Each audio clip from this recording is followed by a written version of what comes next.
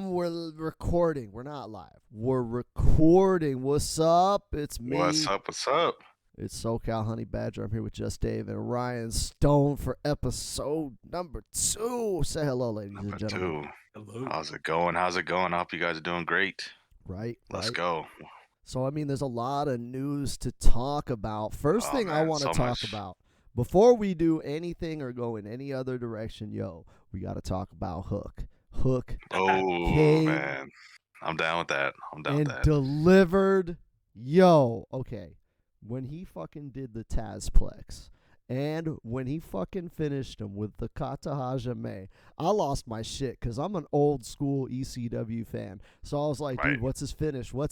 Is he going to use the Taz mission? And I was like, damn, he's got like a kickboxing Tony Jaa looking gimmick. Is he going to go? And then when he did it and he made it look crisp, he made it look snug, like he looked like he choked out Fuego. And I was like, oh man, he did Taz's moves better than his dad. You know what's crazy? When I seen Hook in the match, I was getting a lot of ECW vibes, like Taz instead of the WWE Taz. I was like, yep. Yeah, definitely got that vibe a lot. It's the only Taz that matters. Taz retired after his match with Kurt Angle. Like, he came in, he destroyed Kurt Angle, and then that was it. There was no Taz. That was it. There was no Taz, yeah. He didn't even wear the fucking singlet. That's not Taz. Taz wears the singlet.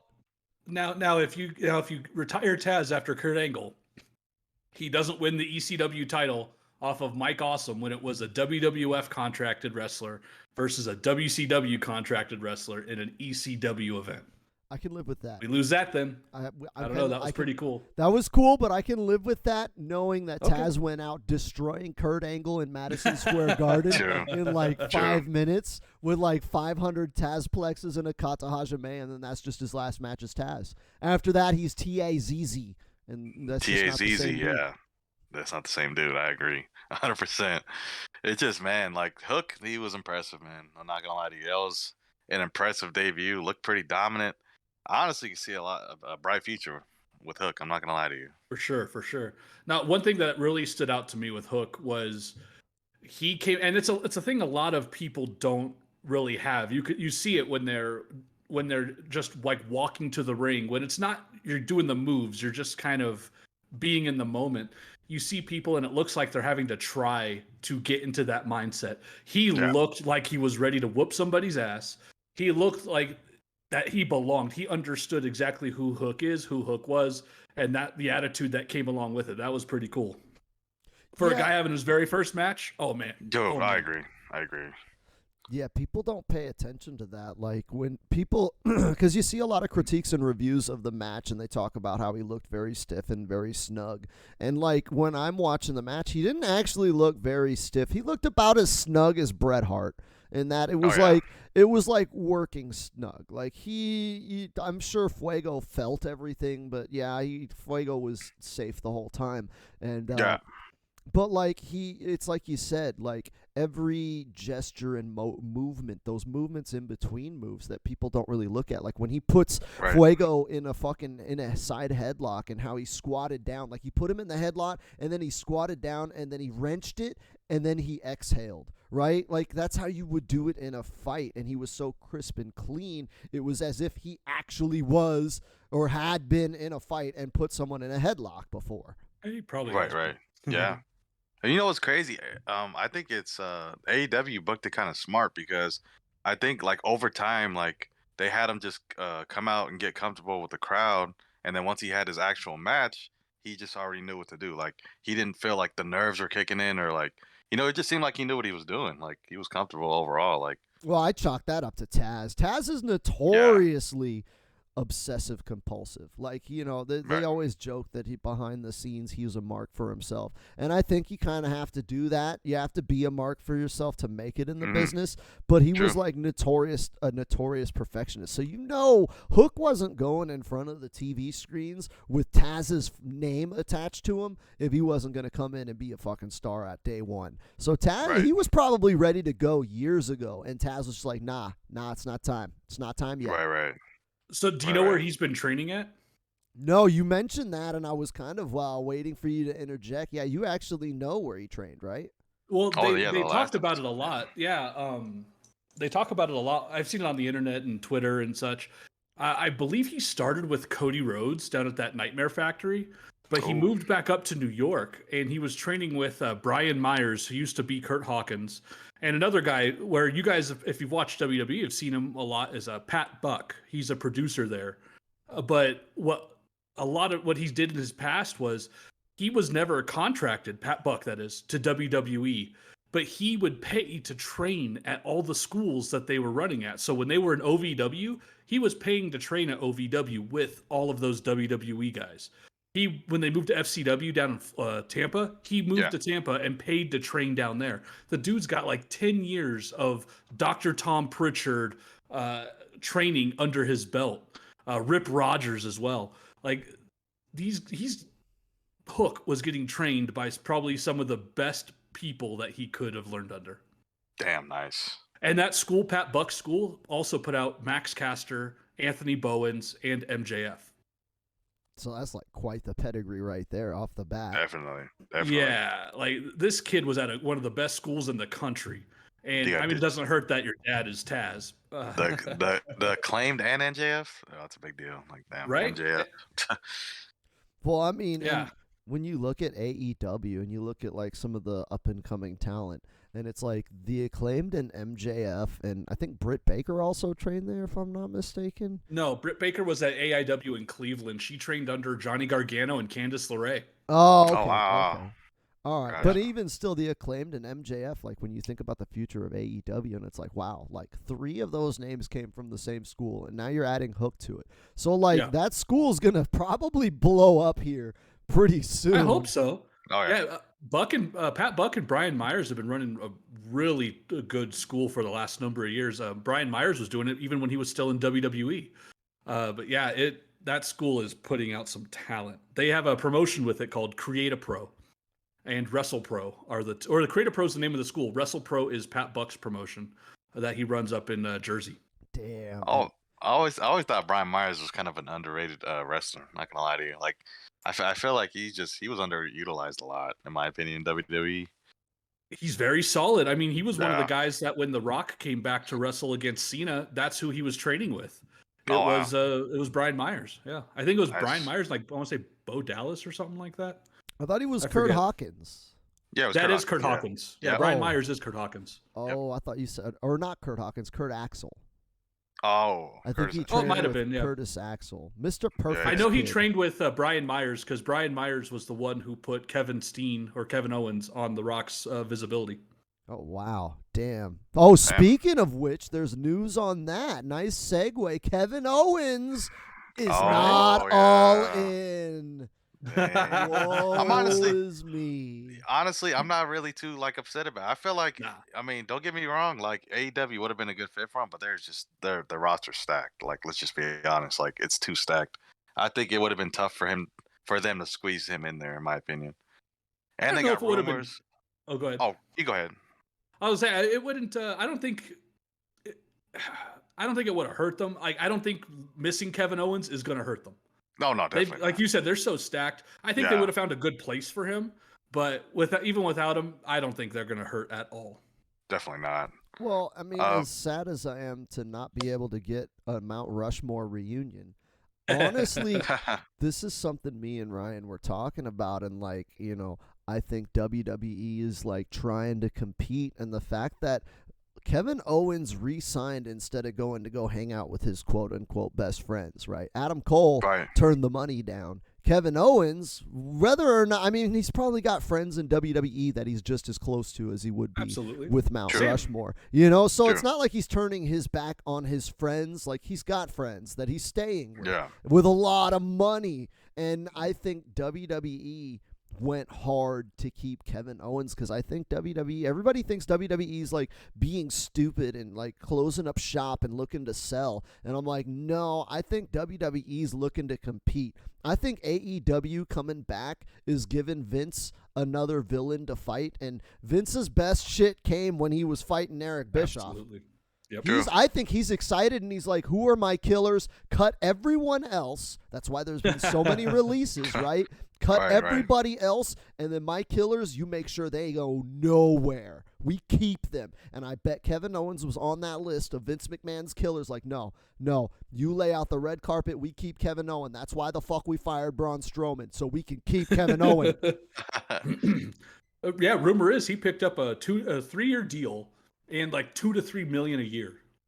I mean, Jeez. I would not be surprised, and I wouldn't blame I would be them. surprised. Dude, Wouldn't blame Kevin him. Owens Yeah. is worth every penny of that. If they Absolutely. paid $2 million for Kevin Owens to keep him from going to AEW, then fuck it. By all means, pay the man. I honestly Kev- I think Vince believes in Kevin Owens a lot because he got headbutted by Kevin Owens on SmackDown. So I'm pretty sure like Vince has a lot of faith in Kevin Owens, like overall. For sure. Yeah. Kevin was one of my favorite on the Indies. Kevin, when he was doing his PWG run, Ring of Honor, dude, Kevin Steen was my favorite wrestler on the Indies. And when he won the Universal title a few years back, man, that I was stoked. Like I said, he's probably one of my favorite guys in WWE. Period. Right. His matches, and it's something that I was telling my wife once we were watching. I said one thing that to me that why Kevin Owens is always so good. Everything he touches, it feels real. Right. Like when his promos, his matches, they don't feel forced. They don't feel like they don't feel like it's some guy pretending to be. Again, it's just like the Hook thing. He's not pretending to be somebody. That's Hook. That's Kevin Owens. That's Kevin Steen. His promos, his shit talking during his matches is hilarious. Yeah, dude, one of my favorites. Period. You know what? And that you bring up a point that I think is kind of interesting as far as wrestling goes that I don't think people talk about when they talk about character work.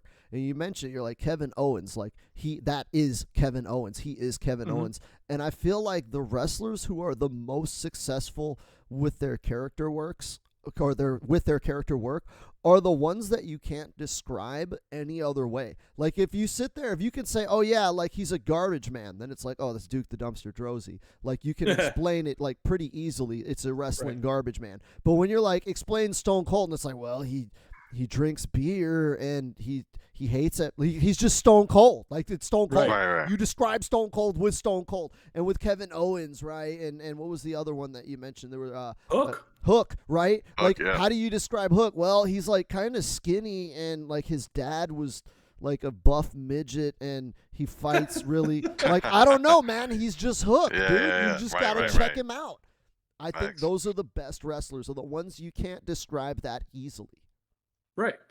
And it's those are the ones that I think people latch on to more. I know you got your guys like The Undertaker and it's a supernatural thing, but I mean, come on. You can describe The Undertaker, but it's the goddamn Undertaker. Fact, it's like it didn't, yes, he was a mystic wizard, but I mean. Cowboy wizard. Mystic cowboy wizard. There you go. Cowboy wizard. But like something about it made you believe, oh yeah, he totally controls lightning. No, that's fucking real. No, right. Like I said, when you believable characters, yeah. But you also watch people cut promos, and especially in today's more scripted era, you could see it. I mean, I'm sure if I was reading lines off a piece of paper and it wasn't my own words, it will probably come off like I'm just reading a book. But it's the guys that could take that script and make it look good, make it sound good, and then add in their own flair to make it theirs. What? This kind of brings up a pet peeve of mine when people complain about WWE and they talk about the scripted promos. But and this is coming from someone who watches almost no WWE. I am all in, all elite. All right, that's all I watch. Is Dynamite, Rampage, and Elevation. Occasionally GCW or some indie that I get a hold of. But I'm all in. Okay, but people criticize WWE for the scripted promos, and to be honest, I feel like a lot of wrestlers need that. Let's be real, dude. There's a lot of bad promos coming from a lot of great wrestlers out of a large-ass super indie. And, you get bad acting in WWE, but at least they have, bullet points of what they're trying to accomplish with the promo. Mm-hmm. They have a beginning, a middle, and an end. Fuck you, Roman Reigns. I'm going to fuck you up on Sunday. Sunday, I'm taking the belt. Give me the fucking mic, I'm out. There's a progression within it, whereas sometimes with some of the unscripted promos that you get in AEW, it's like, Well, you could almost see Mark Henry getting frustrated, going like, "Come on, guys, all right, fuck this. It's time for the main event." Like, shut the fuck up. Right. You know what's crazy? Now that you say that, like that reminds me because I was watching a clip yesterday. It was with 2011. It was when Punk he did it was right before Money in the Bank. The 2011, when he like supposedly left the company and took the title, and he was in Boston when there was a segment with Vince, Cena, and Punk. So they were in Boston and they were cheering for Punk, and I was surprised, and I was like, wow, he really knows how to work the crowd and actually like, you know what I mean, just knows how to get the crowd behind them. I just think a lot of superstars they have a script, but it's just tough to get the crowd interested in them. You know what I mean? You have to have that ability to improvise, because Yeah. the crowd could dictate where this thing could go. And if you try to tell the crowd, no, this is the way I'm going to go, if you're not good at it, that promo's about to go off the rails. Right. And I think that's where some people go sideways. They may not have the abilities or the experience to direct that in that certain way. And throughout this podcast and future episodes, you're going to hear me talk about things that I got to do in the business, and I will be the first to admit it. It wasn't a lot of skill. It was a lot of luck. And promos were one of my weakest things. I felt that was the hardest to convey that message. I was lucky. I had a tag team partner, and I will say this, he was the best talker I have ever seen. I'm not just saying that because he was my tag team partner. I watched this guy for almost 10 years cutting promos, whether it was on the drive up to the show, Fucking or Call of it was Duty. on the show. On Call of Duty. We'd be playing Call of Duty and he's cutting promos on He's fucking cutting promos headshots. on people. But that's how he is. And when he has that ability. I wish I had that ability. I tried my hardest. I was never as close to him in that manner. But that's what a lot of people don't have. It's that ability to cut those convincing promos and to be able to improvise on the fly, to bring an audience one way or go with the audience. You need to decide whether you need to follow the audience or you need to take the audience with you. Right. And being able to have that. You. Yeah, and to be able to have that ability to go in that manner is absolutely key, especially at like live in-ring promos. Pre-tapes, that's easy. Live in-ring promos are tough. And I could probably say in the 10 years I was wrestling, out of the numerous in-ring promos I've ever done, I might have one line where I felt like I was able to do that. One line, not one promo, a line in a promo. And then the rest went off the rails for me after that. Like that is super key. You guys are right, man. It's super critical to have that ability. Right. I think a lot of it, like when you brought up CM Punk and said like, oh, he can get the crowd on his side, and you guys say that that's kind of the hard thing. I think the reason why it's so hard, because I kind of harken back to one of the lessons Jesse gave us. Jesse Hernandez, who trained me and Ryan Stone, when he was talking about getting over and how to get over. And he mentioned that a lot of people, and I see this reflected on like YouTube and like other training places, a lot of people think like, okay, if I just have personality, I'll get over. But Jesse really drove into us, and he drove into me, like, you're not going to get over until you do shit. Like, the babyface has to do a cool move that the fans think is devastating and cool. Like, that was how Bruno Sammartino got over, was he did some really cool slams and moves that were innovative for his time. It's like basic-ass arm drags. He was a big guy, too. That's a big guy. Yeah. But, like, Bruno you look Sammartino. at... Back then, a regular arm drag would happen maybe once in an entire match as a finishing move. Like, the Irish whip used to be a finishing move. People don't think about that, Right. So, like, Bruno Sammartino got over because he did cool-looking moves. The bad guy would get over because they don't do cool-looking moves, and the fans get mad because that guy is really good. He does these cool moves. It looks devastating, and that weasel motherfucker wouldn't have won if he didn't cheat. And that's where you get the crowd on your side. And I feel like a lot of baby faces, you see this shit on Elevation a lot, right? You see the baby face come out, yeah, start clapping his hands, yeah, fucking let's go, baby. And it just harkens back to that lesson. It's like, dude, why the fuck am I going to cheer for you? I haven't seen shit out of you, right? The most Right, effective baby faces, right? Johnny Gargano comes out and he kind of just smiles, and then he puts you in a fucking pretzel hole, and you're like, okay, this guy can fucking go. Even as a mark, you're like, hold on, I don't even know what's going on, but that looks like it hurts. Damn, this guy's pretty good. And then bam, now you've got your baby face heat. And a lot of wrestlers, they can't get even in promos. It's like when you're cutting a promo, like why the fuck do I give a shit about what you've got to say? You've got to get over first, and then that's how you get the crowd on your side. They got to take notice of you. And it could be some way. And you could do something good by just being a good talker, in my opinion. You don't have to do a cool move. Like, I'll tell you this. My wife didn't know who Eddie Kingston was before that match he had with Cody Rhodes. And now I'm not going to say she's not hooked on Eddie Kingston, but I mean, I'm the Eddie Kingston mark in the family, I guess. Yeah, I'm hooked. But she took notice of him with that promo of him walking to the ring. He hadn't done a cool move, but she was like, okay, he could talk. And that made her take notice. Right. But so you can get over by just talking. But no, you're absolutely right. You need to do something that sets you apart. This is one of the reasons I do love Dark and Elevation over just random squash matches. You're giving these guys with no exposure, you're giving them offense. You're letting them try and get a crowd behind them. And it's not just the AEW contracted guys beating the tar out of the extras. It's competitive matches. And people talked so much shit last year when Kenny Omega wrestled Alan Angels. This was before he was even in the Dark Order. This was, I want to say, like week 1 or 2 of the pandemic era where they had no COVID, fans. Yeah, I remember. Yeah. And people were up in arms because Alan Angels kicked out of a V-trigger.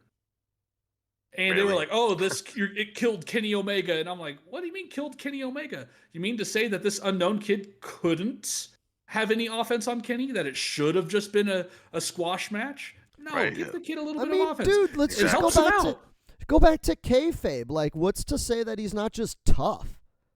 Right. Like, if this is a real fight and he kicked out of a V-trigger, instead of getting mad and saying, oh, man, they're ruining Kenny Omega's character, it's like, wow, this Alan Angels guy is tough. True. Right. Yeah, and that's how commentary was framing it. But you know, that was something that they did. But I'm like, dude, that's what you have to do. That's how you have to build That's how you have to build a superstar. That's or like marks, exactly. Dude, marks are fucking that's how you have to build a dumb. character. Yeah. Marks are dumb even if they have the internet. It wasn't just marks. I'm pretty sure Jim Cornette had the exact Cornette is a mark. Don't even start with me, man. Cornette is fucking, he's like the big dude. Have you seen his fucking museum to wrestling? He's a bigger he spent more money on wrestling than any of us, okay? Anybody's a mark, it's him. Dang. I think his museum's pretty dope. I want that. Okay, so to be clear, right, because a lot of people aren't clear on this terminology, a mark is not a fan, and it's not somebody who thinks wrestling is real, and it's not somebody who watches wrestling. A mark is someone who has spent money on wrestling at any one point in time. That's because it came from the carnivals, right? The carnies. You mark down the people who paid for a ticket and who got comped, and the people that were marked were the people that paid. They had money. So you watched out for them and you were like, hey, man, you want to buy a T-shirt. You want to play a fucking basketball game. All the carnival shit, right? So if you've spent money on wrestling, you are a mark. And the people that spent the most money are the biggest marks. And I hate how it's kind of turned into this whole thing about like a mark is someone who thinks wrestling is real or someone who doesn't follow internet drama or what. It's like, dude, if you've spent money, and this was what was made very clear to me when I was training, they looked us in the eye and they said, you guys spent money to train. You're the biggest fucking marks in the world. Don't ever call nobody a mark and don't ever think you're better than the fans because you're the biggest fucking fans. You spent money to fucking do this shit. Right. Yep. Right. Yep. The biggest marks are always the boys. That is true. Right. Oh, there's something I think we should cover, though. I think we definitely forgot to last episode. I think be a good time to cover it now. The Jeff Hardy situation. Oof. I really don't know. You know what's crazy? I seen a video with him and Matt on YouTube, and it looks like he was all right. It looks like nothing, just a lot of people were like, oh, he burned the bridges with WWE, and I'm just like, I don't. Who knows? Like he probably wanted to leave. You know what I mean? I think it was just a convenient coincidence. I think WWE is looking to cut people on the roster. A couple of contracts are coming up. Okay, like Kevin Owens was the first of many. And you know when Right. Roman Reigns' contract is up, they're going to fucking open the bus full of Oh. money for him. So they're looking Pretty to sure they free already up. did. That's Yeah. why I think that they're releasing so many wrestlers and basically granting anybody that wants to leave a release because they want to free up money to keep the stars that want to stay loyal to the company. That's why they threw the bus at Kevin Owens. They'll throw it at Seth Rollins, Finn Balor, whoever, Cesaro, like the wrestlers that want to stay there, that they have interest in, they're going to throw money at. And so I think Jeff Hardy's situation is like, yo, we want to free up some more people. Let's free up some people who don't want to be here. Hey, Jeff Hardy, do you want to be here? Yeah, I do. Well, we kind of want you to go to rehab just in case. Well, no, I'm fine. I don't need to go to rehab. Well, if you don't go Right. to rehab, we got to release you. Okay, well, then fuck you. I'm out of here. No harm, no foul. I think that's what it was. It was just I conveniently agree. they wanted to release someone. Jeff Hardy already had a built-in excuse. Jeff Hardy said, all right, man, you know what? If it's going to be like that, let's just wash our hands from the situation. I won't hate on you. I'll go to AEW. My brother works there. I can probably get a job. You don't hate on me, and we'll just no harm, no foul. And I Go think from what there. went Yeah. down. Yeah, I believe so. I mean, it seems like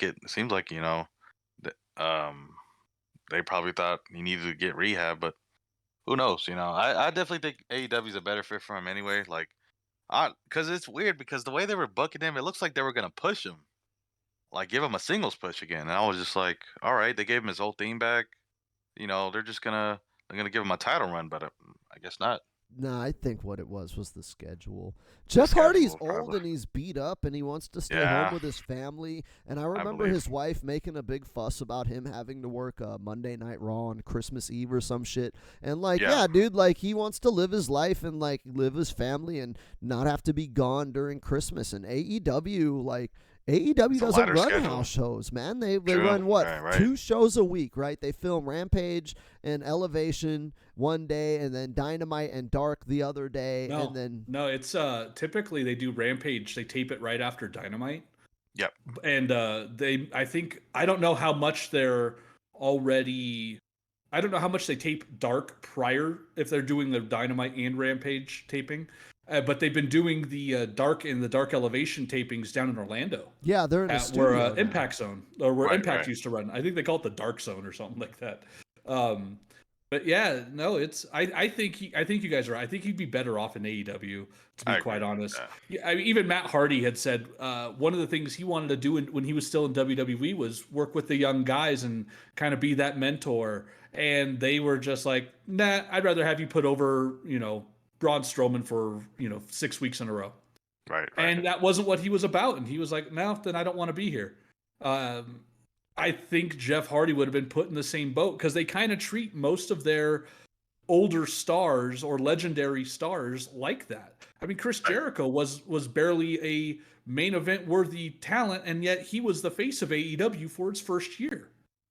That is true, and he's the first undisputed champ ever. So, And we We were there were for that there. one. Yeah. Yeah, We me were and there. Ryan Stone were at that show. Oh, you were at? Yeah, we were Vengeance? at that. We were Yep. at Vengeance. Wow, nice. Dude, I nice. popped never knew so that. hard when Undertaker powerbombed RVD through that table. I think me and Ryan did the biggest ECW chant. We were up in the fucking stands, and we were like in high school, right? And we're 2 kids from SoCal watching RVD get powerbombed through a table off a stage, and we're just chanting ECW, and nobody knew what the fuck we were talking about. Nowadays, you started like ECW's like the boomer chant, but like not back then, it was like the edgy, like, oh shit, what are they talking about? What do they? Right. What is ECW? Right. Man, that's crazy. I never knew that. That's pretty interesting. Though that Vengeance 2001 live. Yeah. Nice. December 9th, San Diego Sports Arena. Nice. Yeah, it was glorious. It was fucking glorious watching Chris Jericho. Chris Jericho, man, I don't know. I have an eye for talent because I remember on Monday Nitro when he came out with Ralphus and he had a side ponytail, and I was like, Chris Jericho's the fucking future. I just looked at Ryan Stone. And he's walking out with Ralphus with a Monday Night Jericho shirt, and I'm like, dude, that guy's the fucking That guy. future of wrestling. And then what did he do? He ended up being the future of fucking wrestling. Right. I always give you credit whenever somebody brings up The Rock. This guy was touting Rocky Maivia from day one. Day fucking Rocky. one, dude. Rocky Maivia. I never As soon as he chanted. found out, he cemented it too when he found out that they shared the same birthday. They're Right? both on May 2nd. He became the biggest Rock fan after that. Biggest Rock fan. Never chanted Die Rocky Die in my life. Never. Never. Even when he was in the Nation and he's like, I'm a Black Panther and I hate white people, and I still high-fived The Rock at a house show. I was like, I don't care. I hate white people too. You're The Rock. Yeah, baby. The Rock. Yeah, no, The Rock. So he's a legend, man. Literally a legend. And man, if him and Roman happens though, at a WrestleMania, that'd be pretty cool. I think it'd be pretty hype. I don't know, man. Like, Him and Roman, it could work. I mean, passing the torch, I would say.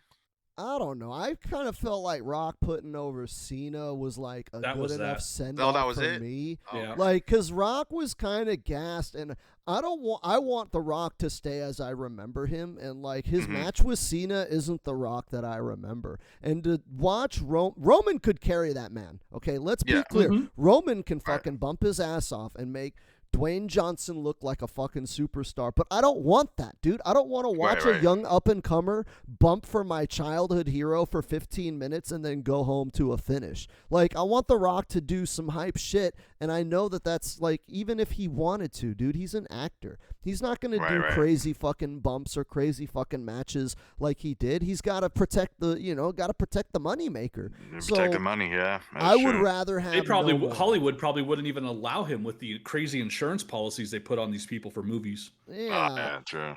I'd rather just The Rock remain a legend in my memories than him come back and have like, dude, because unless The Rock is going to pull a Ric Flair or Shawn Michaels and like come back and have a second half of his career that dwarfed his first half, or in Ric Flair's case, like his last fucking fourth dwarfed the 3/4 of his career before that. Like, unless Rock is going to do that, I don't want Rock to come back like, you know, like when you go Not back the and same you see, Rock. Yeah, I get you. you see like Macho Man's last matches in TNA, and it's like, man, I wish Macho Man went out in WCW when he was still like good. You know, I don't want Rock to come back, dude. Just leave it with Rock, John Yeah. Cena. John Cena, yeah, I know what you mean. And It's John like Cena put over Roman, so there was your passing of the torch right there Yeah, that for is the true. Roman era. That To is be true. honest, dude, I'd be down for John Cena Roman for WrestleMania. I think They that, just did it at Honestly, it could SummerSlam. happen. yeah, but I see them like getting a goofy like spectacle match, like a ladder match or something like that, Hell in a Cell. I think that'd be. I would rather For- see that than Roman versus Rock, because Cena can still For- go. Yeah, Cena. Yeah, I think Cena, and plus it could work because they could build a storyline saying like, oh, he could break the record. You know, they could build it towards around that. You know, like Cena couldn't promo saying how much he wants to surpass Ric Flair, but who knows? You know. Well, I mean, like when it comes to WrestleMania, like I feel like they have enough talent in house to like build a decent enough WrestleMania main event with who they've got. Like, dog, if with the right booking, 2 months I can turn Roman Reigns versus Cesaro into the WrestleMania main event. It wouldn't be hard to book that. They have the talent. Anybody on their roster, they can book a WrestleMania main event out of it. And with 2 months' time, right? Royal Rumble and then Elimination Chamber, WrestleMania. Bam, right? 2 months to Right. get to WrestleMania, and they can book it, dude. They have the talent. I don't think they need to go with The Rock or Cena. I don't think they're wasting Brock Lesnar early. Excuse me. I mean, they've already done Brock versus Roman at WrestleMania like 5 times or whatever. Right. But like Roman versus Cesaro, dude, they could do as Kofi Mania with Cesaro, how he's been there for fucking 50 years and never got more than the Intercontinental title or some shit, right? Right, People right. love Cesaro and he's dope. So like they could just sit there and play that up. They did that with Kofi, right? Oh, Kofi, he's been here Absolutely. forever and he only got the Intercontinental title. And look, dude, fans ate that shit up. People were ready for Kofi. They still want. Hell, they could do Kofi Part 2 and people would be like, yeah, Kofi, fuck him up. Fuck up Roman, Kofi. You know what's interesting now that you brought up Brock? It's interesting seeing him as a face now. I'm not gonna lie. Just solo Brock with the overalls. It's pretty funny. I'm not gonna lie to you. It's pretty weird, honestly, because it's like when you think of Brock Lesnar, you're like, oh, just the conqueror, the destroyer, like pretty much the guy who just runs through everybody. But I've never seen Brock as a heel. I always saw him as like a modern day Hulk Hogan. Like he shows up once every 6 months, defends a belt that he forgets he even has, has a 20-minute match that's like 3 bumps and a whole lot of chilling, and the fans go crazy for it. like they fucking love Brock Lesnar. Like they loved Hulk Hogan back then, right? You go back in the 80s, and that was what Hulk Hogan did. He showed up once every 6 months, defended the belt. It was like a 15-minute match with maybe like 3 bumps total, period, the whole 15 minutes. And not a whole lot going on, but the fans loved every fucking second of it. And so Brock always It's to me working. was a baby Brock has a face. face. Yeah, it's working. But even with Heyman, I felt like, dude, when he would Yeah. come out and the fans would lose their shit and chant Suplex City, and he would fuck up AJ Styles, and AJ Styles was clearly supposed to be the baby face, and people are screaming Suplex City at him. Yeah, man, he's never been a heel. Brock's awesome, man. He's one of my favorites there, dude. Everything he does looks good. His selling is almost above anybody else's. Like, just go back and watch the matches where he's got to sell. Dude is selling his ass off. His match with Bryan Danielson at that Survivor Series a couple years back. Holy shit, that was awesome. Man. Oh, that was awesome. Yeah. His match with AJ the year before. I mean, but dude, when you get him against those smaller guys like the Rey Mysterios, there's something. He sells for them and he makes them look like $1 million, and then he just throws their asses around the ring safely. And his matches with the guys who could fly they're so much better than his matches with like a Braun Strowman or a Goldberg. You know, those big man matches. That's where I'm not Joe. like, well, dude, that's Samoa Joe. all right. Yeah. I was like, don't say he can't work with big men. You know, I don't get. Okay, Joe. tell me this though. Joe. I don't know why some people though they look at Brock Lesnar and they're like, "Oh, he's boring. All he does is German suplexes." But I'm like, that's his character though. Like, that's it. He's Hulk a Hogan. big guy. He's a big guy. That's what I'm saying. Dude, what was Hulk Hogan good at? Tell me now. As a worker, what was he good at? Selling. No. Hulk Hogan was godlike at selling. He was probably the best in the business at selling. Right. Hulk Hogan made you fucking believe, dude. In a time where people thought wrestling was real, Hulk Hogan made you believe he was fighting an undead cowboy wizard, and he lost the title because Ric Flair's a bitch. Like, he was a seller. And what did you say about Brock? What did he bring to the table? Better than anyone else. Right. Selling. Brock Lesnar made you believe tiny ass Bryan Danielson could drop kick his ass to a 3 count. Nobody fucking believed that, but Brock Lesnar made you believe it. He's Hulk Hogan. I don't know, man. Bryan Danielson versus Brock in a real fight, that would be interesting.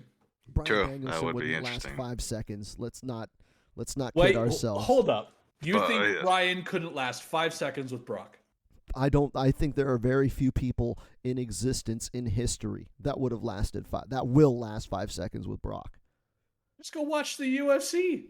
Yeah, again, we're talking about the top 1% of the most extremely highly optimized athletes in the world. Yeah, there are people in UFC that can stand the test of time against Brock, but how many people can compete at that level in the UFC worldwide? I think Bryan could have definitely had a shot. Bryan trains in I know he's just done some jiu-jitsu from pictures I've seen. But if he has legit trained in that for as long as I think he has, I don't think he would be a scrub. No, he might not be the top guy. 5 seconds. Now, I don't think it'll be 5 seconds. Now, I'm not saying Bryan's winning. I'm just saying I would have liked to have seen that. Dude, I think Bryan could have at least given Brock for money. All Brock needs to do is get his hands on Bryan, but I bet Bryan could strike the shit out of him. 5 seconds. And Brock does not like to be hit. Yeah, but 5 seconds in a standing fight when you don't have the reach and you don't have the speed advantage. Like, Bryan Danielson is not going to be faster than Brock. Brock can explode. That's what makes him so freakish, is that a dude that fast is that quick. Like, Brock Lesnar's not a human, right? There are very few people that could hang with this fucking thing. And Danielson would be fast, and he would have technique. But guess what? Brock also has speed and technique. That is just as good as anybody else, except Brock Lesnar's also fucking made out of iron and is 8 feet tall. That's why I'm saying, dude, I think Keith Lee, someone big like Keith Lee could probably hang longer than 5 seconds, and then technique would take over and Brock would just put him on the ground and it's a done deal. I think Matt Riddle with MMA experience could probably last longer than 5 seconds, but I don't think Bryan Danielson would. And CM Punk trying to do UFC, kind of proved it. Yeah, Dude. I think Brian is trained in martial arts far more than CM Punk did prior to that. Yeah, but Like, CM Punk went hard. When he retired from wrestling, he was training in MMA dojos like 10 hours a day, and he was rich. So you know that he didn't have anything better to do than train with the best trainers in the best facilities with the best nutritionists in the world. And then he goes in and he gets beat up by some dude that's not even 25 and hasn't even been training or fighting as long. You know who Brian Danielson reminds me of? He reminds me of Ken Shamrock. I don't know why. I get those vibes a little bit though. Like Brian Danielson and Ken Shamrock. I don't know. Like Because he has the I same think the similar gimmick. build, same build probably. Well, Yeah. same gimmick, shoot grappler. I mean, that was Right. Ken Shamrock's thing, was I'm a shoot grappler. That was his Right. gimmick in the 90s, right? Yeah, Yup. he did compete in the UFC, right? I'm pretty sure. Yeah, Ken early Shamrock, UFC. Oh, he was yeah, the yeah. second Yeah, champ, right? Yeah, right. Early UFC. Early Oh, yeah. UFC. And 95, I think. Phew. But like, yeah, I don't know, man. I know enough about martial arts to know that size factors a lot, and it wasn't until the UFC instituted weight classes that they started being recognized as a legit sport.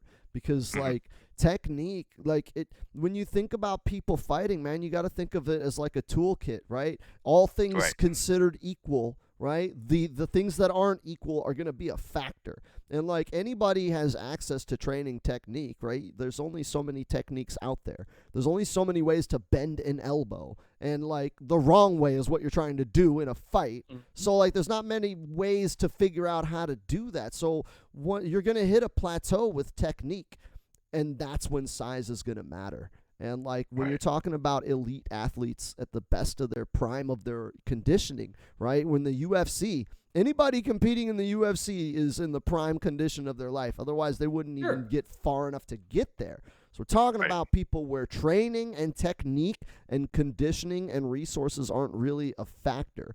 So what is a factor? Size, weight, length. In which case, Brian Danielson's getting mauled by Brock Lesnar. That's my hot take. Sorry, I like Brian I Danielson ain't better. saying he's I ain't Right. saying he's winning, but he'll last more than 5 seconds. I think he'll get some nice shots in on Brock, but I do think you're right. I think at some point Brock's size and strength will overtake him, and I think that's how he won most of his fights. Because when you look at the guys that did beat him, they were better. They were Brock True. size, but they were better. Better, right? Cain Velasquez. Yeah, but that's why I think Brian would actually stay. He would have a shot, but I don't think he would win. I want to know what happened with Chris Jericho. Because didn't Chris Jericho get into a fight with Brock Oh, yeah. Lesnar? Right? Yeah, they said they got in a shoot fight. Yeah, after the Randy SummerSlam match from 2016, I think. I want to know if Hey. Chris Jericho, because Chris Jericho allegedly got into a scrap with Goldberg and held his own True. against Goldberg. And I'm like, Back Chris in 03. Jericho, former cruiserweight champion of the world, Chris Jericho? Right? Yeah. Little ass Bro. fucking 5'11" Chris Jericho? That's my Hey. man's. Right. Hey, shoot fight. He said he's ready to throw down whenever. To anybody. Oh no, Jericho is a man of the people. Man of the people. He feels Right. someone's getting wrong, man. He's right all over somebody. Yeah, that was a pretty cool story to hear about when that came out. Right? You know what's crazy though? That ending though to that SummerSlam match was pretty crazy though. I didn't think anybody knew that was gonna happen. Where Brock No. was just elbowing the shit out of Randy Orton. Like, yeah, those are some vicious shots too. I mean, It's Yeah. crazy because he did it to Cena when he came back, like 2012. Yeah. Nobody didn't talk about that, but well, because like It's- it wasn't as bad. Randy Orton Right, was right. fucking leaking all over the mat. Like that Well, shit dude, it was was hard just- to watch. Yeah. And he just kept hitting them too. Like, true. and Right. those elbows were just nasty looking, Oh, close up. Yeah. Yeah, Oh. they were shoot elbows. They weren't working Yeah. elbows. No, yeah, I No. believe it. I believe it. I think they did it because they wanted blood, but they have the no blading policy. True. So- True. Yeah, I'm sure 'cause there's he- been a few times where it's like, hey, we want a little blood. We know there's no blading, so if you can, hard way.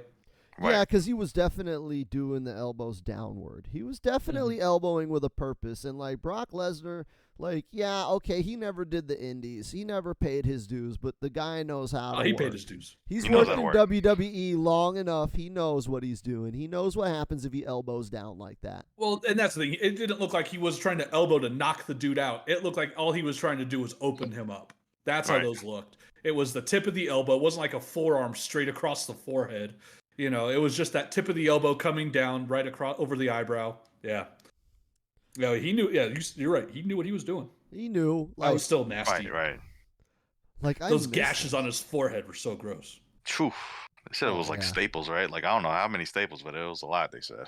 Yeah. No, I'm gonna change the subject. Speaking of staples, did you guys see what happened over this past weekend with an indie wrestler named Hannibal or I Blood heard Hunter? about it. I did hear yeah, about that. yeah, we Yeah. were talking Oh about. my god, that was so Brutal. gross. Oh Brutal. man, did any of you watch the video of him I with the didn't watch spike? the actual video, but I did see like a Okay. thumbnail of it. I was like, wow. I watched. It.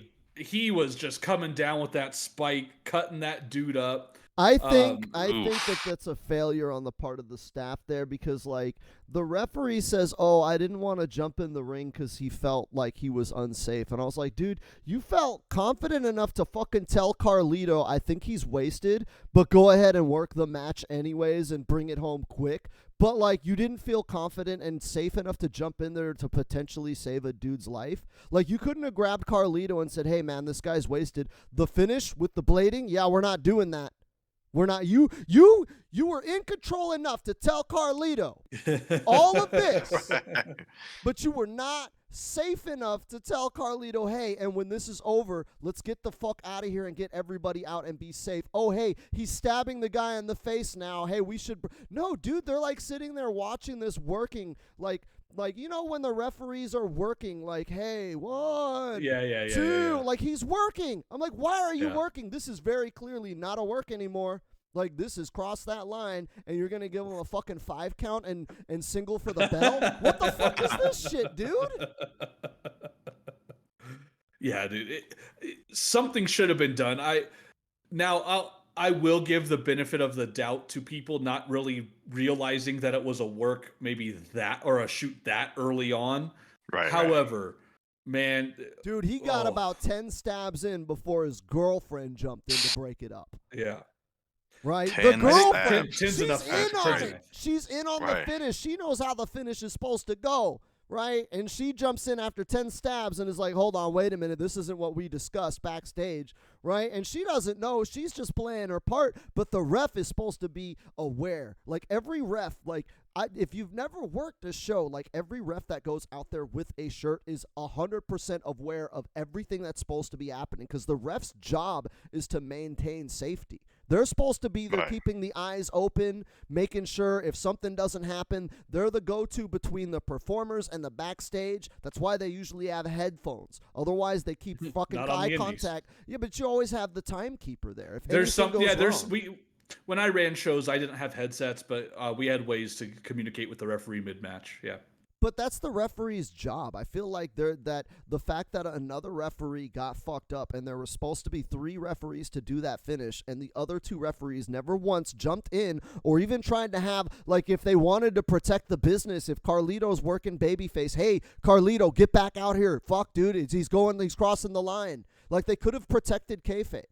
But they just let it happen because they're all, to me, it was an incompetent staff. That should have never happened. The referee's job is to protect the safety of the workers. The workers' job, they're too busy working. It's the referee's job. To a point. No, To a yeah, I know point, what you yeah. mean.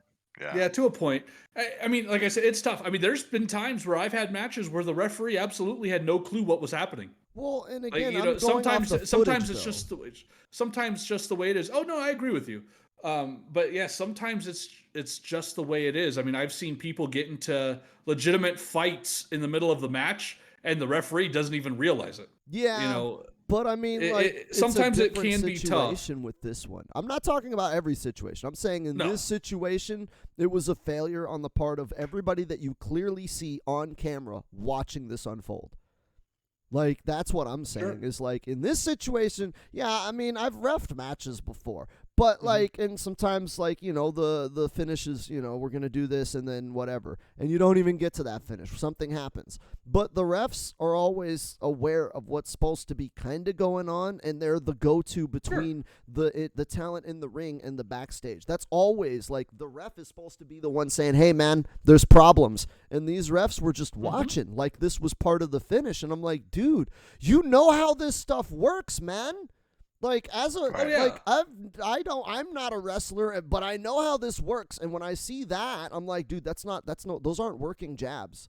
That he's shooting. Like this guy's getting cut.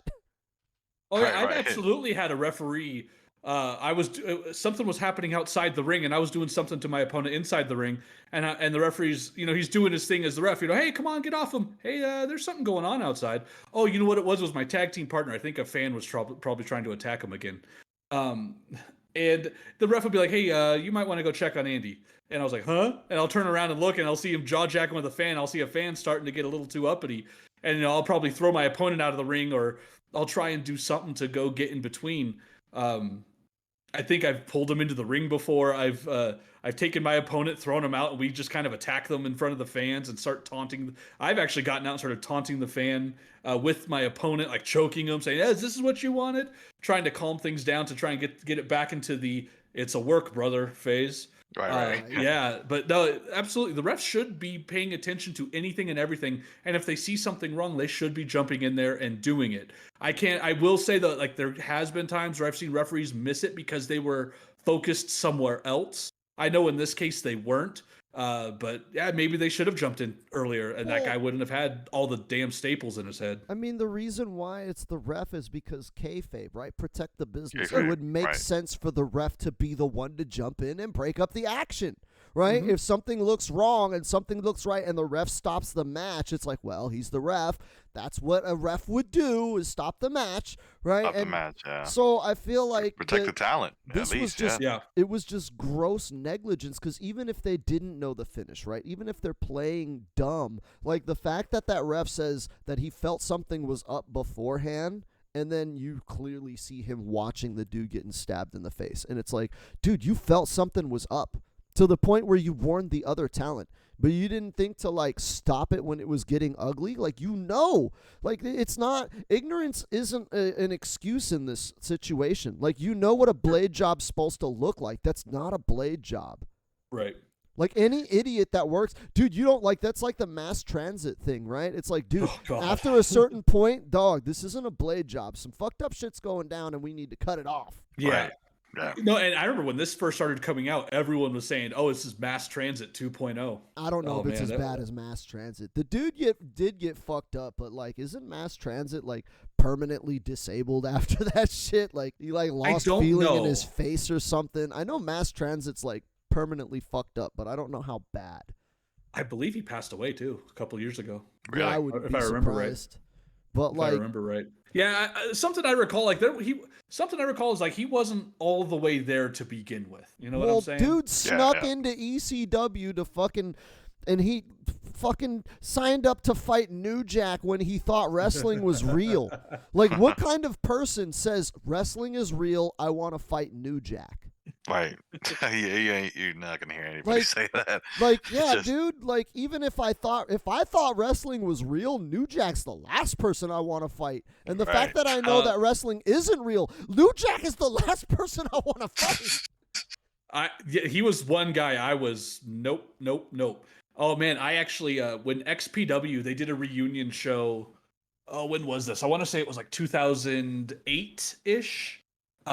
They had New Jack and Mustafa, the Gangstas, on the show. Yeah, right.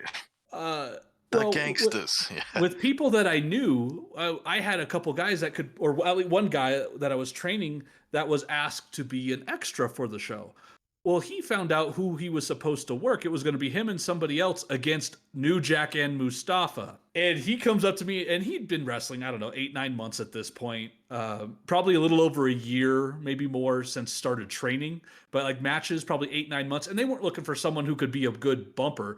I mean, it was New Jack. What do you think was going to happen? A brawl. They wanted you to bleed. Right. And so he was like even on the fence. He's like, oh man, it would be nice exposure, but I don't know if I ever want to wrestle New Jack. He goes, I know it's a work, but I don't ever want to wrestle New Jack.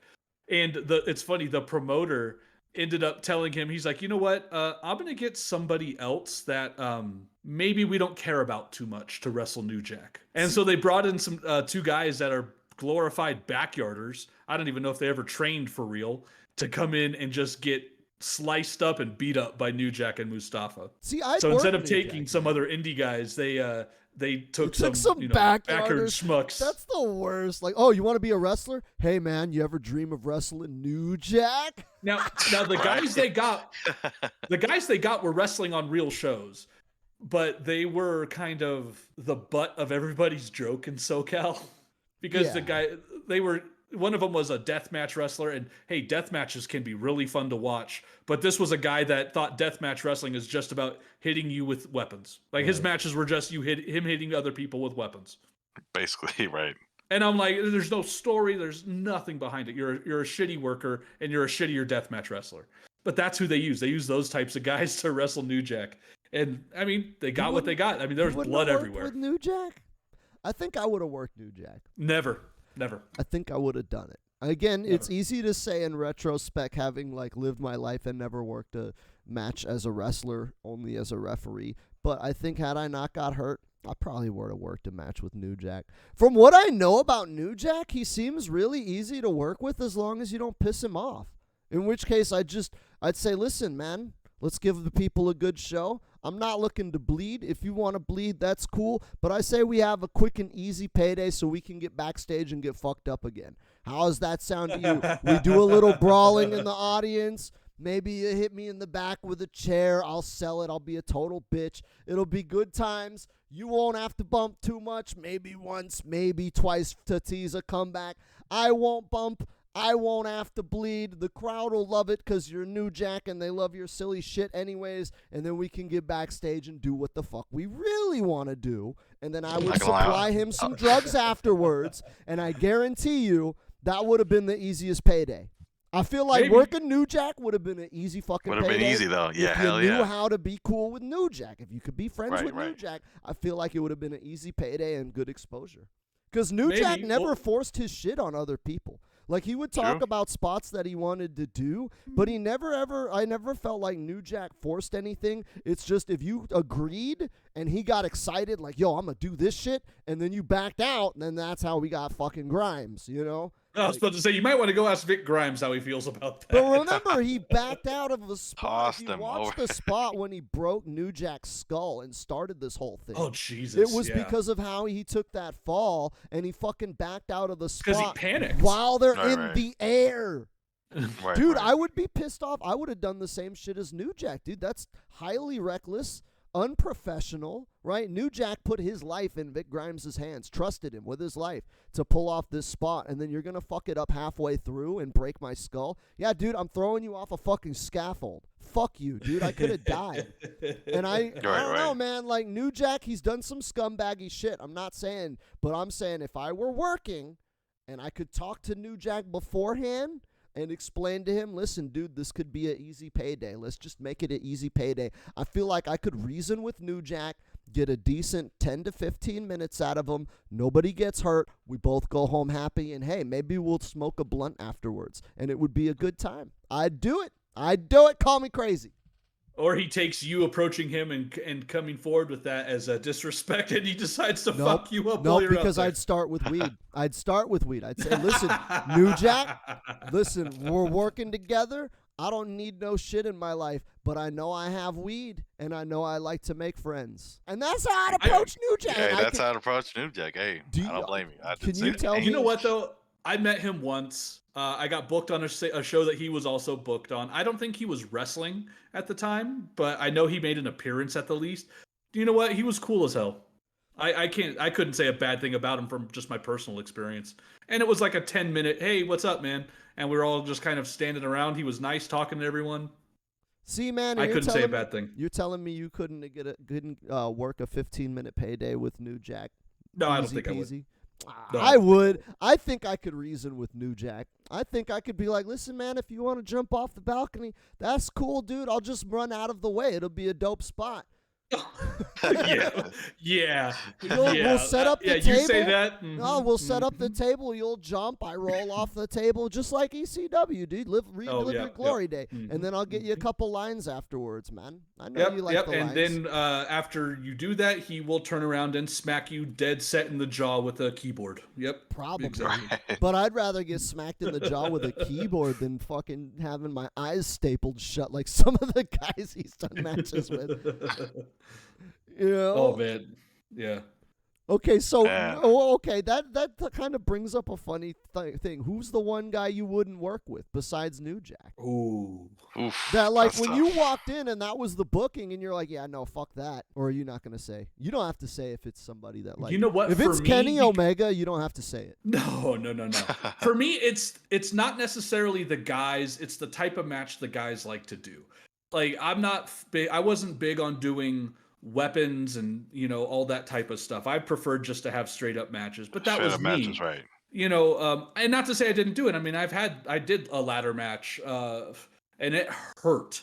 I've taken chairs. I've done tables. But I would never do thumbtacks. It's because there's certain things I really don't care to. I'd never cared to do. So, like I said, it's not necessarily about the person. Now, New Jack was probably the only one because I don't think I've ever seen a New Jack match that didn't end the way that I wouldn't want to be wrestling. And like I only juiced like 3 times in the 10 years I wrestled, and 2 of them were hard weight, basically. So legit cutting myself once. Just tax sounds painful. I don't blame you. Right. Attacks aren't that bad. From what I gather, it's just skin.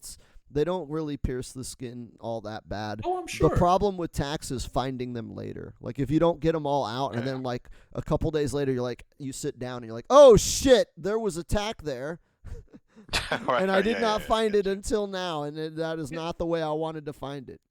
And see, that's the shit I don't want to deal with. I didn't want to do the deathmatch stuff. Blading wasn't something I was really keen on either. Like the one time I did it, what was the spot?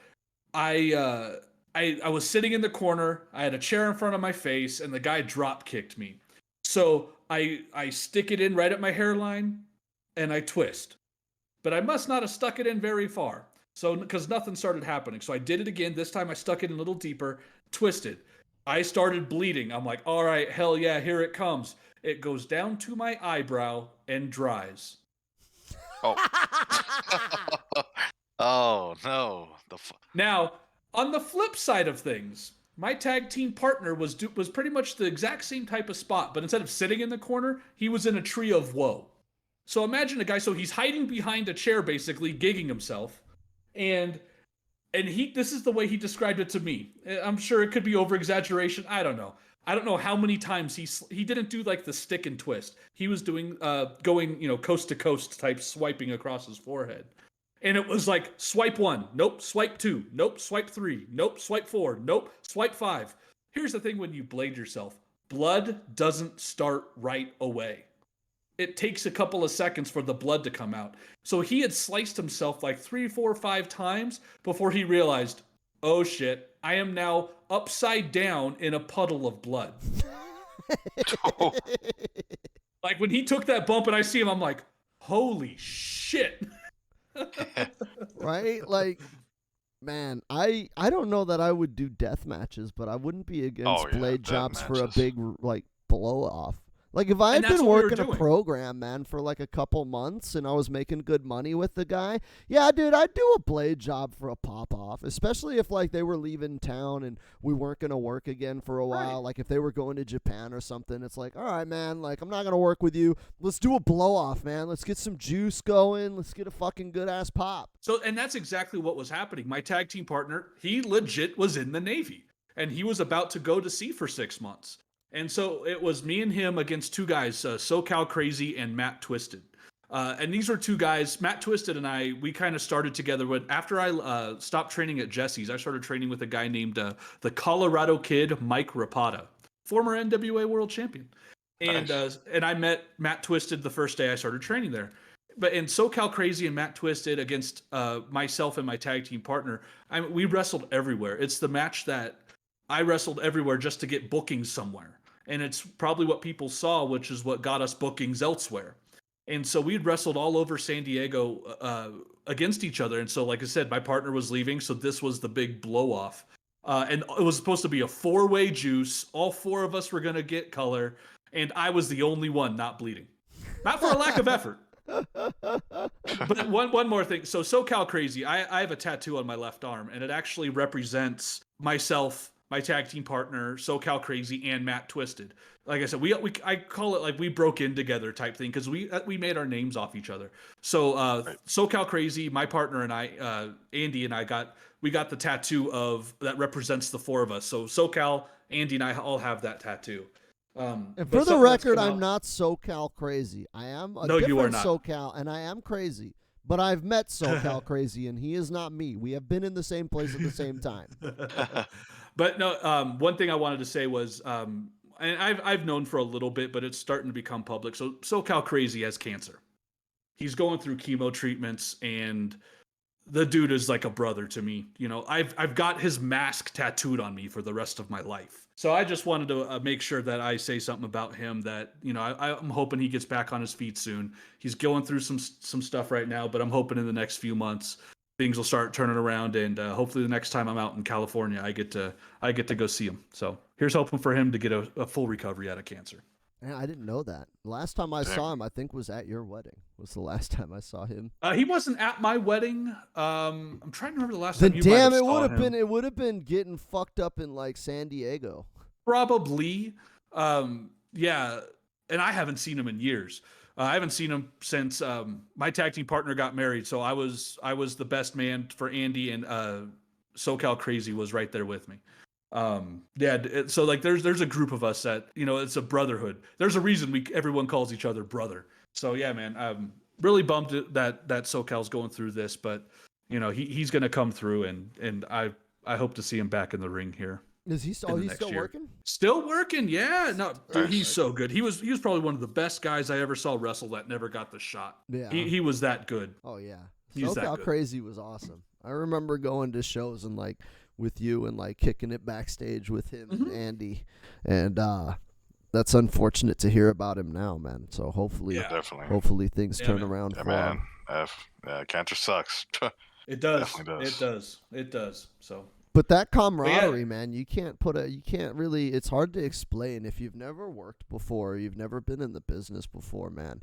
It really does have that, like, us versus It the does. world. Like, you feel like some fucking gypsies. Like, I get that it's like, but I mean, I get that it's like gypsy culture, like nomadic, you know, like all of Right. us versus the world, and we got to speak Carney. Like, when kayfabe, okay, because kayfabe is dead, but, like, it's still kind of, like the aftertaste is still in the business, right? They may not do the handshake anymore, but people still and that know pisses about me it. off. That pisses you off? Yeah. I don't like that they're getting rid of the handshake. And I see why people are doing it. People are moving on to the fist bump, or they'll do the slap and the bump. You know, I get it. And I was even told, I remember I gave the handshake to Bubba Ray Dudley once. And I shook his hand, and he looks at me and he goes, "Shake my hand like a man. Don't give me this limp bullshit." And I just asked him, because that's how I was brought in. That's how I was taught. And he looked at me and he goes, "This is a business." He goes, "Do you have a shoot job?" And I said, "Yeah." And he goes, "Would you shake your boss's hand like that?" And I said, "Absolutely not."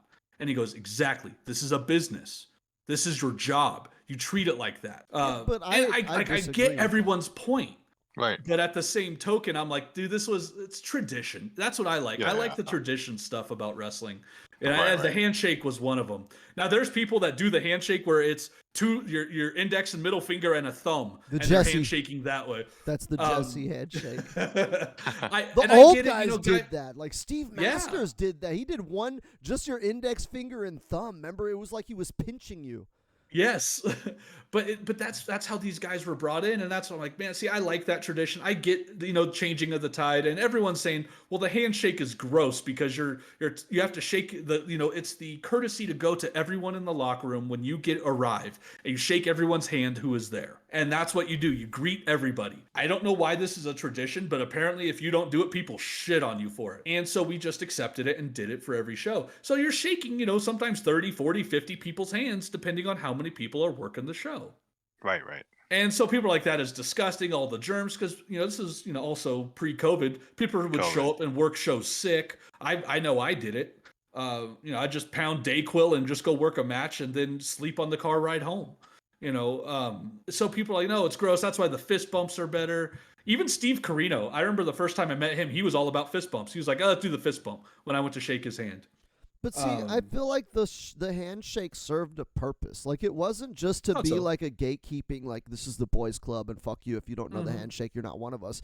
It was to protect myself because people don't remember kayfabe. But me and Ryan were trained in kayfabe, right? Like kayfabe wasn't over when we started. It died, while but we were trained by the people who were trained in kayfabe. And what kayfabe training taught us was your life is your responsibility. This is a job. You are a worker. This is a journeyman thing. This is a trade, and you are responsible for your life. And the reason why we do this handshake is so that I know you are trained and that I won't have to worry about you taking unsafe liberties in the ring because you are letting me know, wink, wink, we're professionals. It's going to be okay. You know what? You're going to be safe. And without the handshake, I wouldn't feel safe in the ring. It's like, dude, does this guy know what the fuck is going on? Like, yeah, he knows spots. Yeah, he's watched a fucking Al Snow training video on YouTube, but does he really know how to work? Right. So to the counter of that, and it was something that Bubba Ray Dudley said to me, and he goes, I could give you the lightest handshake in the world, and we get in that ring, I could beat the shit out of you. Yeah, but he goes, it doesn't mean a goddamn thing anymore. And I'll be honest, there were guys that gave me the light ass handshake that couldn't work their way out of a paper bag. There were guys that gave me the stiffest handshakes in the world that I would love to wrestle every single day of the week. Yeah, but the thing is, we're talking about meeting people sight unseen. Like, you have no information. Sure. I don't know this guy. I've never met this guy. All I know is he does the handshake right. So it's just one thing. Obviously, I'm not going to base my working relationship with a guy in the ring, put my life in their hands, and not know more than just the handshake. But the handshake instantly tells me, all right, this guy, he shook soft. So he probably knows some shit. So I won't be on guard because nothing is scarier as a worker to step in the ring with someone who doesn't know shit. Because you're like, dude, like I'm going to feed for a body slam and fucking die. I'm going to feed for a suplex. I've wrestled untrained people. I get it. Yeah, it's fucking scary because when you're taking bumps, you're feeding for them and hoping they're going to guide you, right? When you take a hurricanrana, you're just jumping forward and hoping the guy's going to move. Otherwise, you're both falling on your head.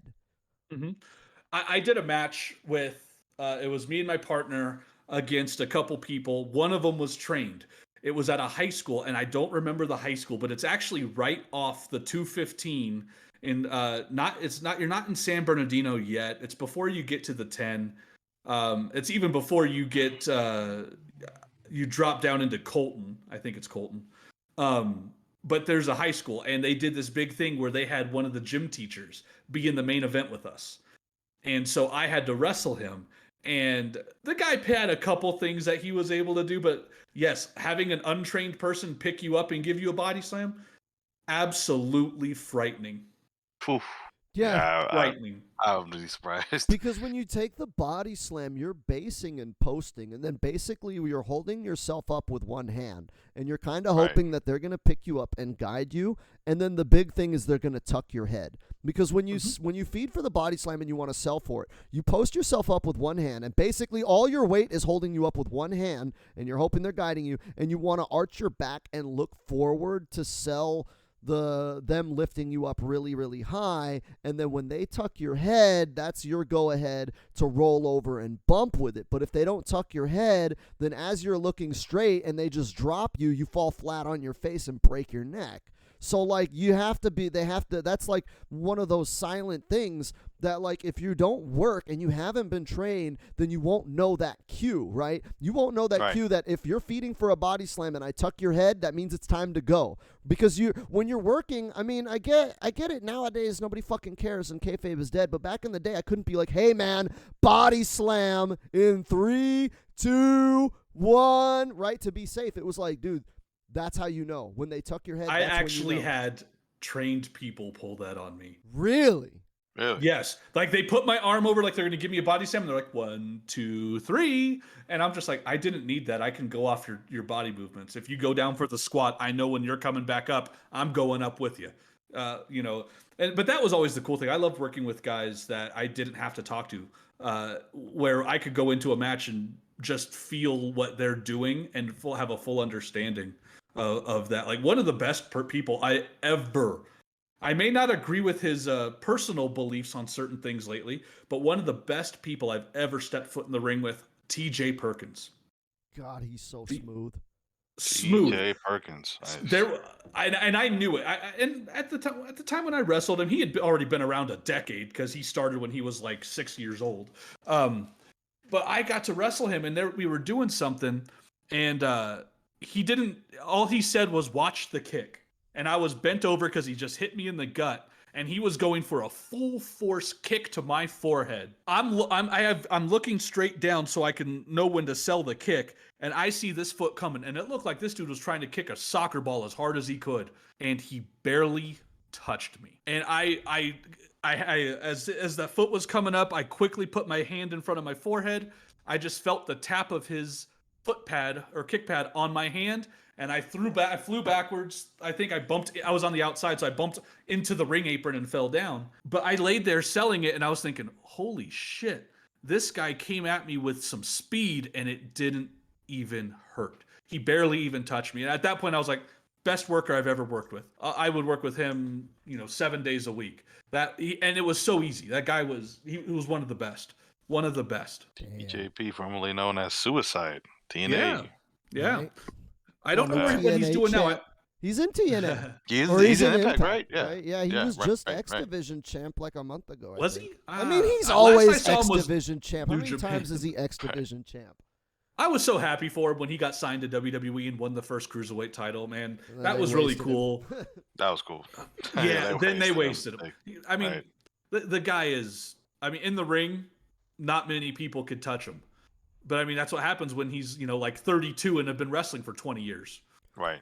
It's But see, insane. that's what No. I find so impressive when I watch matches, because when I see people calling spots, like, obviously, and, like, again, when you're watching it on TV, they're working the hard cam, they're not working the crowd. So I can understand if the crowd can see him calling spots because they're working the camera. But when I see them calling spots on camera, I'm like, come on, man, be a fucking professional. Right? And that's when I can get impressed when I see, like, especially luchadors, how they can sit there. You never see luchadors call spots, man. You don't fucking Because they're see wearing that shit. masks. Yeah, but I mean, even Andrade, dude, you never see him calling spots. Like, he's so slick Right. with it, right? And so when you can sit there and just I know the moves, I know the tells, I know the calls, right? When he tucks my head, we're gonna go for a ride, right? Like those kind of things. And when you can see people put a match together just on feel like that, right? I'm going for this move. You know it's going. I know it's going. All of us know everything. We've never met, but we're such consummate professionals. And that's why it's always exciting to watch, like, some of the guys, like when you watch Kenny Omega or Bryan Danielson get in there.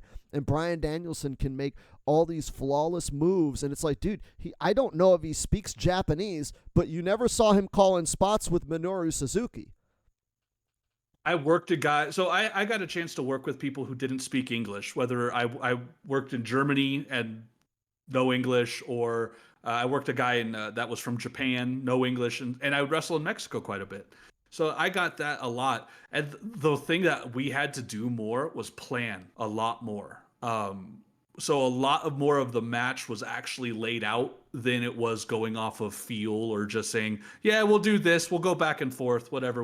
Or, hey, I'll bump you 3 times and then, turn around and I'll give you the big spot, type stuff. It was more choreographed. Right.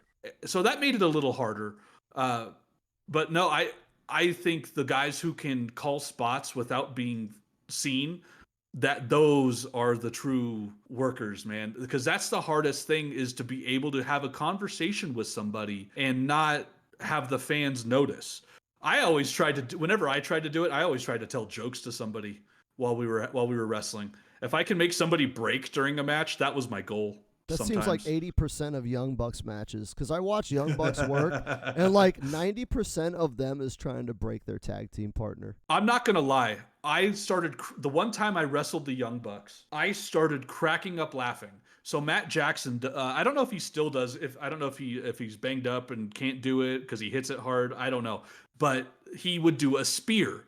I can't recall if I've seen him do it lately. He probably has, and I just don't remember. Yeah, I think he still does the spear. Yeah. So here's the thing that I didn't realize, because he didn't tell me backstage. He goes, hey, I'll hit you with the spear at this point. I'm like, yeah, no problem. So I turn around, here comes the spear, but all I hear is, on this day, I see clearly. And then he spears me.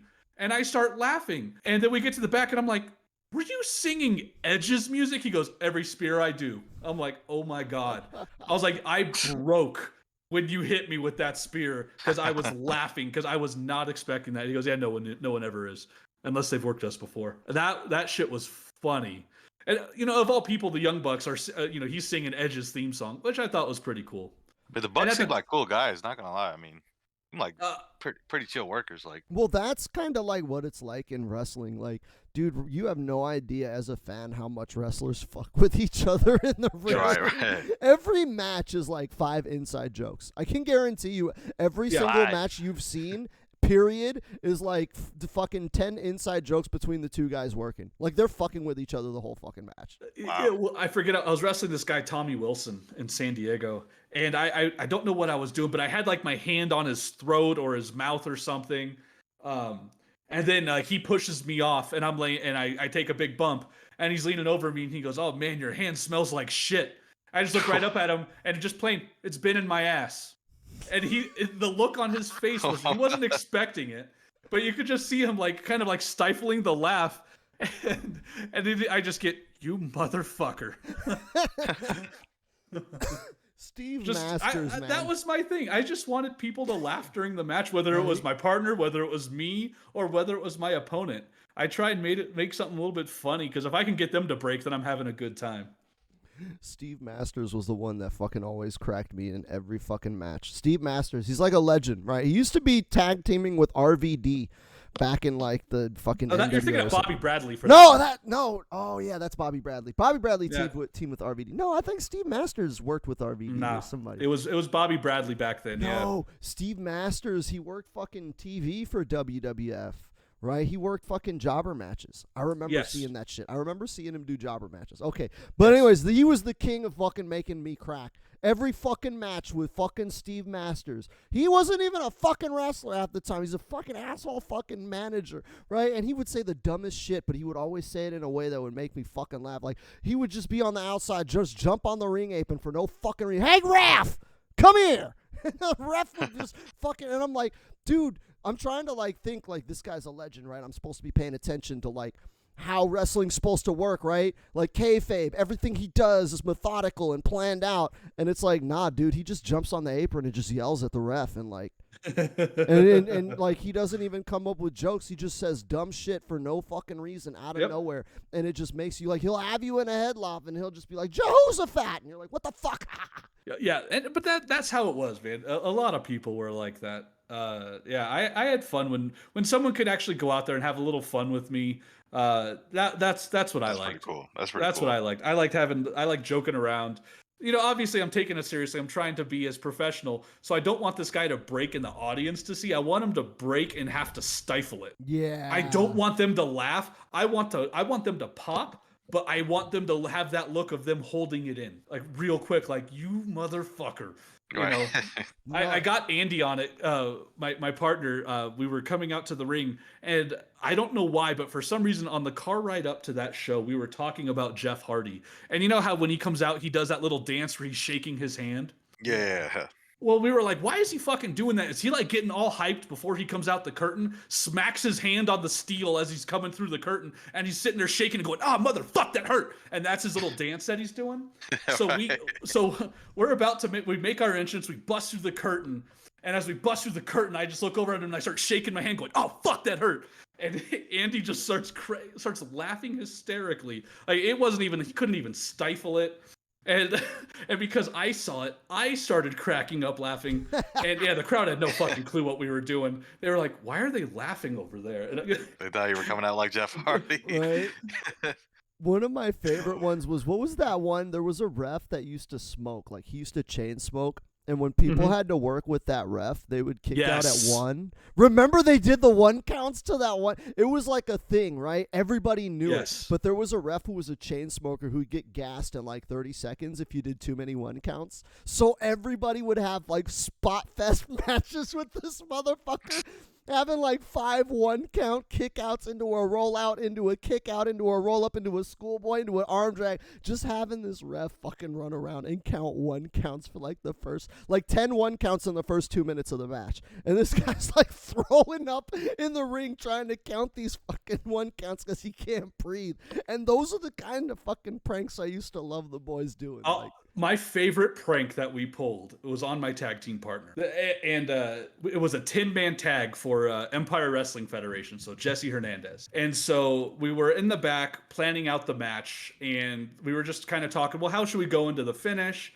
And it was kind of decided, okay, we'll have the guy taking the finish. They'll take everybody's finish. So the guy in the ring will take 5 finishing moves before he and then just lay flat and be done. I bet that was you. And no, it wasn't me. Oh. So my partner Andy decided I'll be the one to do it. Oh.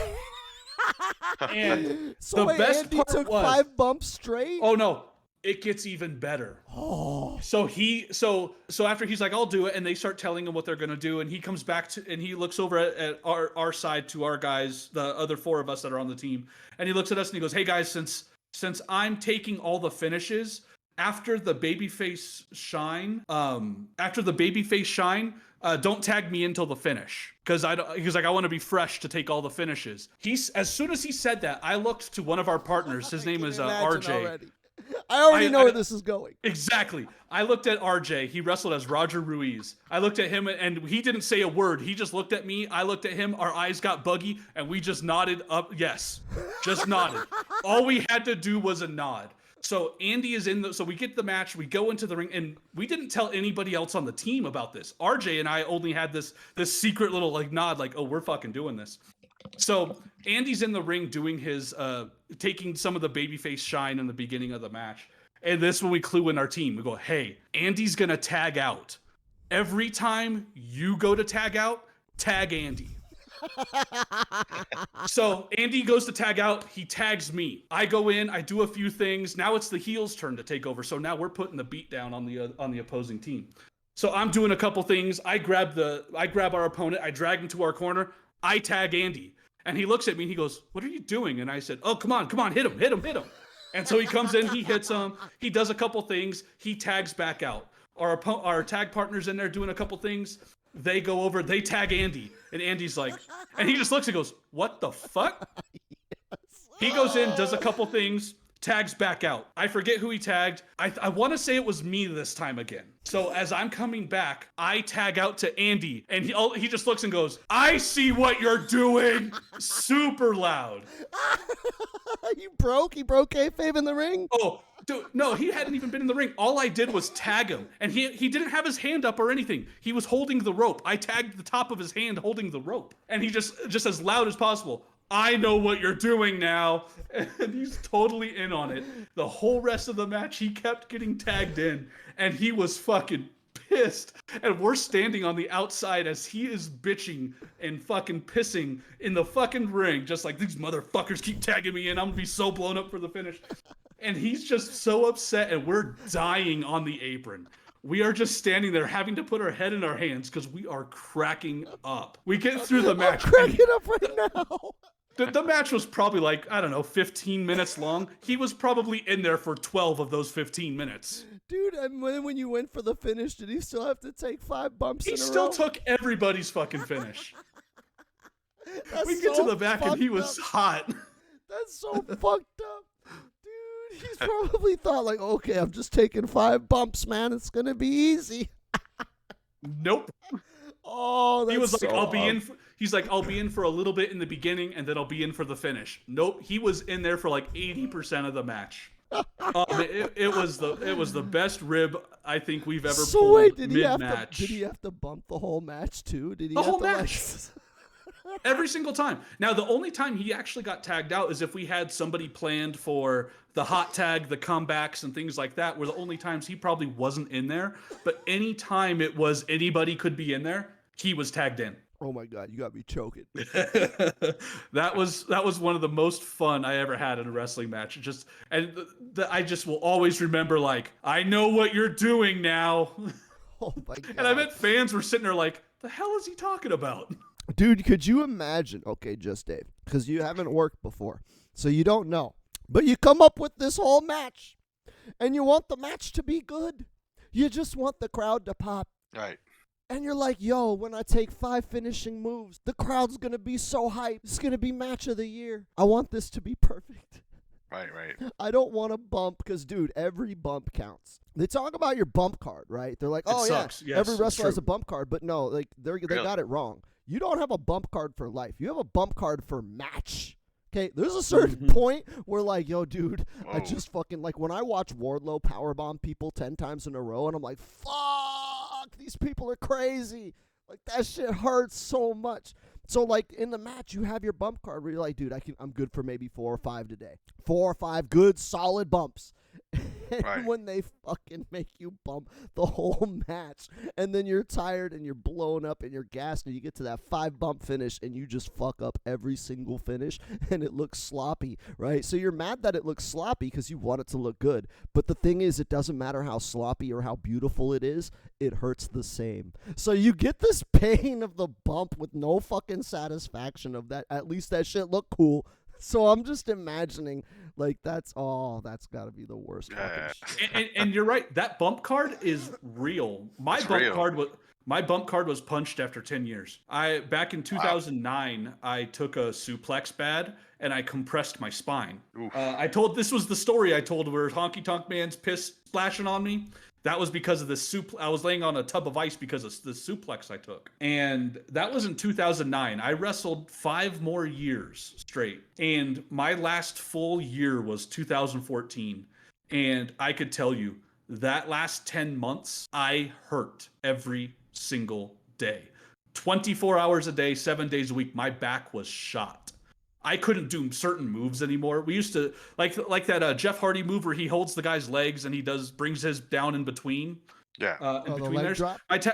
My tag partner and I used to do a similar one, but instead of just one of us doing it, we would do it as a tag team move. So each of us would drop a leg down the middle of the guy's crotch, basically. Yeah. The one where he shouts out the city that they're at, right? Like the Something one like where- that. And then he Yeah. jumps up, leg drops him. So we did that every match. Our last year, and I want to say it was only like a couple months into our last year. I did it once, and I looked at my partner. I said, and when we were wrestling, if I called his ring name was David E. Jones. David E. Jones. Nice. Davy Jones. We were Davy sailors. Jones. Yeah. Nice. And so he knew if I called him Davy, I was okay. But I remember we did that spot. We dropped the legs, and I looked over at him and I said, Andy, I can't do this anymore. And the look on his face was like, oh shit. Because my bump card was done. I wrestled for 10 months with a bad back. And every match, it hurt. Every bump hurt. Like there's times when your adrenaline kicks in. And yeah, the bumps hurt, but it's over and done with. Every bump I felt for a year. And it was excruciating. That bump card is real. Oof.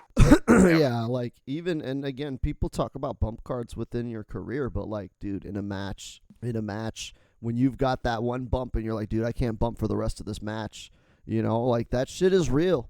You know it. Your body tells you. When you get that one bump, you're like, yeah, that was it.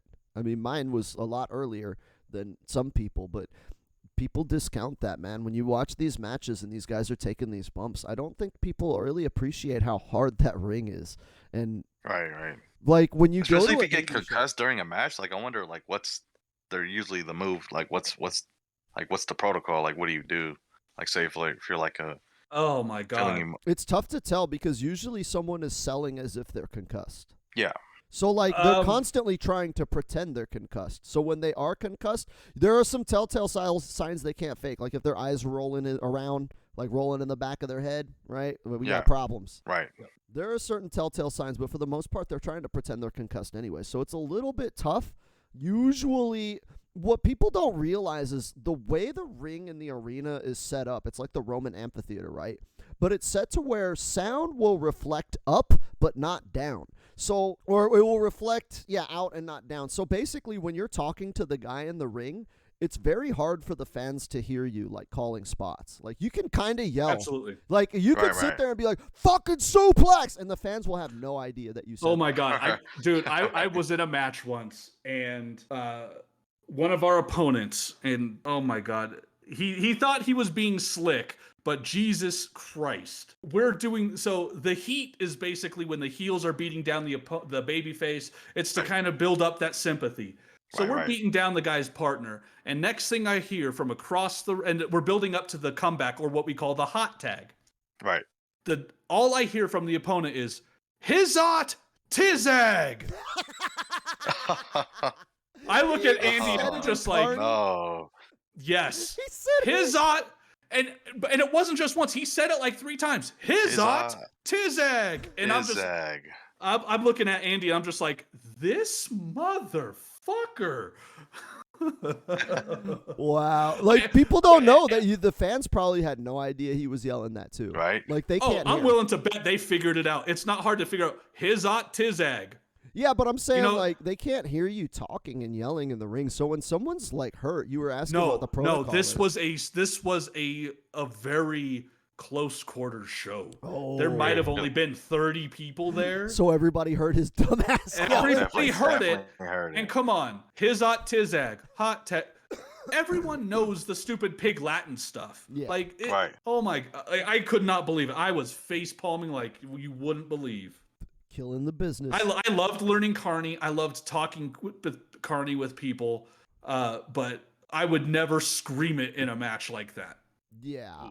You can't. Well, again, it depends on where you're working. Because I'm saying in an indie show where there's 5 people in the crowd, yeah, they're going to hear every spot called because it just echoes like that. But in a packed house, like if you're at a typical PWG or GCW show, right, and it's a packed house, like you could literally be yelling in your partner's like ear, and like they won't hear you. Like that's how loud wrestling matches can get. And plus, like, some people wouldn't know. Like, say, like if you're calling out for a move, like, oh, I'm going for the brain buster, but it's like that's like pretty much you're telling your partner or whoever you're working with. And that's how you do it. I'm gonna give this guy a body slam, and then I'll pick the guy up. Hey, I hope you heard that. Yeah, right. I loved it. Who used to do that? I'm gonna give him a body slam, and then the fans would get crazy. I'm gonna give him another. Was that who the fuck was that? Was that Devon? I don't remember. There was some fucking indie Devon wrestler. Willis. There was an indie wrestler who would always fucking, I'm going to give him a body slam. And then the fans, for some reason, that shit got over for, dude, I love like stupid moves that get over for no fucking reason. Like the worm and the people's elbow, you know, just fucking regular body slam. And I get it. Like that move actually fucking hurts a lot, but it's still basic bitch shit, right? If you watch a fucking matchup and they do nothing but body slams, you're not really impressed. So when someone gets a body slam over, man, I'm hyped for that. Right. Dude, yeah, for sure. You know, but we are at almost fucking 2 hours within the podcast. Almost 2 it's like hours. An Damn, hour I didn't and even know 40 minutes. So I feel like this is a good place to call it. We went a little bit overtime. Cool. Hey, but, no worries. Let's call it here. Shout outs to everybody's social media. I know you can follow Ryan Stone on Twitter, right? Yeah, at Ryan Stone SD as in San Diego. Yeah. Hey, nice. That's just Dave on Twitter also. JUX Dave. JUSX Dave. I'm sorry about that. But yeah, it was a good show. It was a good show. All right. Good stuff, gentlemen. Well, thank you guys for stopping by, and I will catch y'all on the flip side. Later. Sounds good. I'm about to go check out this movie. Later, guys. Later, guys.